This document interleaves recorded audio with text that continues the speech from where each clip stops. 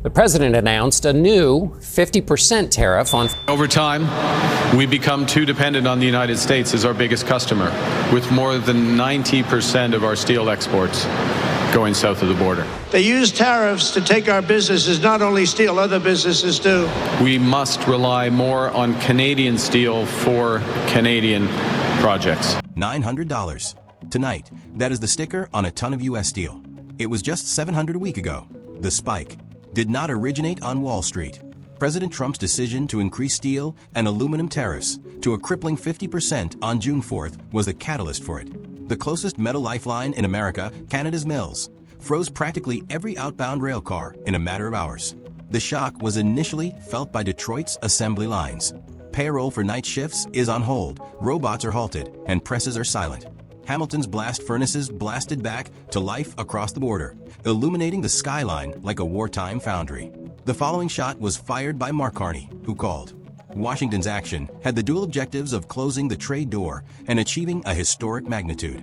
How, therefore, did a program designed to support American industry wind up depriving Motor City of the one component it needs to construct? Why is the oldest ally of the United States suddenly restricting its steel as a tactical weapon? And when the production lines stop, who will actually be responsible for paying? Main Street, USA, Beijing, or Ottawa? Remain with us. The answers begin immediately. At the break of day on June 4th, 2025, in Washington, the proclamation struck the federal before commuters reached the Beltway register. Steelhead for American docks had a brand new 50% tariff by midday, which was double the 2018 rate and high enough to price out half of the world's mills. Using the same brutal math, phones lit up from Cleveland from Terry 12 hours later. By Wednesday, any hot rolled coil that passed customs at Tuesday's pricing would be leaking red ink. In the future, the panic first appeared.